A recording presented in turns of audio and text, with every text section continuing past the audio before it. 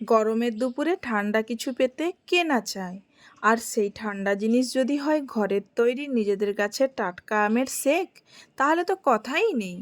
স্বাদে ঘ্রাণে আর পুষ্টিতে ভরপুর পাকা আম দিয়ে তৈরি ম্যাঙ্গো শেক শুধু মনকে ঠান্ডা করে না, শরীরকেও চাঙ্গা করে তোলে। আজকের ভিডিওতে আমি ধাপে ধাপে দেখাবো কিভাবে সহজ কিছু উপাদান দিয়ে ঘরে বসেই বানিয়ে ফেলতে পারেন একদম পারফেক্ট ক্রিমি আর সুস্বাদু ম্যাঙ্গো শেক। তাই পুরো ভিডিওটা স্কিপ না করে সহজে স্টেপ বাই স্টেপ ফলো করে বানিয়ে ফেলুন একটা রেস্তোরাঁর মতো ঝকঝকে ম্যাঙ্গো শেক। চলুন শুরু করা যাক। প্রথমে একটি বড় সাইজের ফ্রেশ টাটকা আম নিয়ে ভালো করে ধুয়ে মাথার দিকটা কেটে বাদ দেব। এবার আমটাকে সাইড থেকে কেটে নেব। দেখুন আমটা কতটা ফ্রেশ এবং জুসি। একটা নাইফের সাহায্যে এইভাবে কিউব আকারে কেটে নেব, ঠিক যেমন ভিডিওতে দেখালাম। একটি স্পুন নিয়ে আমের কিউবগুলো বের করে নেব একটি পাত্রে। এইভাবে বাকি আমটাও বের করে নেব। আম একটি জনপ্রিয় ও সুস্বাদু ফল।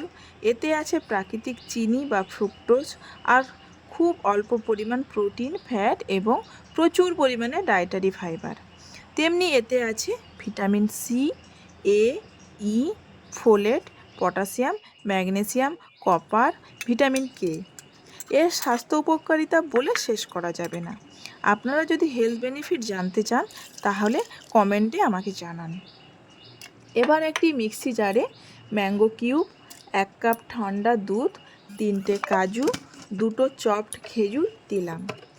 এখানে আপনারা আইস কিউবও দিতে পারেন স্মুদিটাকে আরও চিল করার জন্য। এখন আমি মিক্সিতে সমস্ত উপকরণ ব্লেন্ড করে নেব। গার্নিশ করার জন্য কয়েকটা কাজু, আমন্ড ও পেস্তা কুচি কুচি করে নেব। সঙ্গে একটি চেরিও নিয়ে নেব। এবার একটি কাঁচের গ্লাস নিয়ে ওতে স্মুদিটা ঢেলে নেব। গার্নিশের জন্য ম্যাঙ্গো কুচি, ড্রাই ফ্রুট কুচি আর চেরি দিয়ে ঠান্ডা ঠান্ডা সার্ভ করব। নতুন নতুন রেসিপি পেতে চ্যানেলটাকে ফলো করুন। সবাই সুস্থ থাকবেন, ভালো থাকবেন, টাটা।